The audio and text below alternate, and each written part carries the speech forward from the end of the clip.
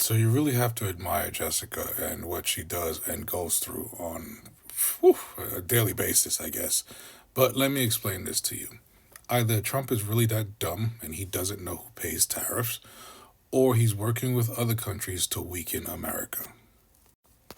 As we watch other countries already start to make deals with each other, cutting America completely out and showing America that they're really not that necessary. One way or another, it doesn't really matter because the leader is only as smart as the followers, and they still believe that other countries and other governments pay tariffs. What's your reaction? I'm not surprised that he didn't take the win, actually, that they handed him on this. There was a great opportunity to say, this wasn't my fault. You know, my plan was working.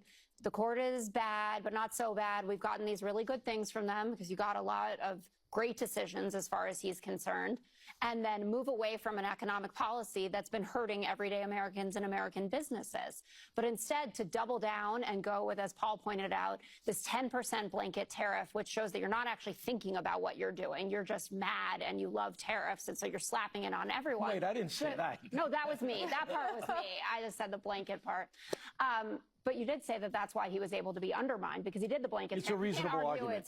It is. It's right. a reasonable That argument. the Supreme Court made and Paul Morrow made, and now Jessica Tarlow, so it's got to be good.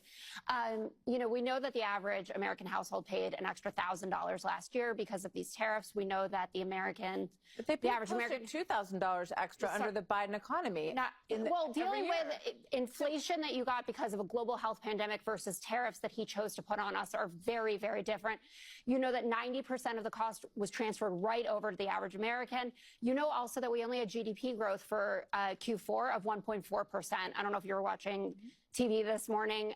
There was shock on people's faces. It was below even the lowest expectation.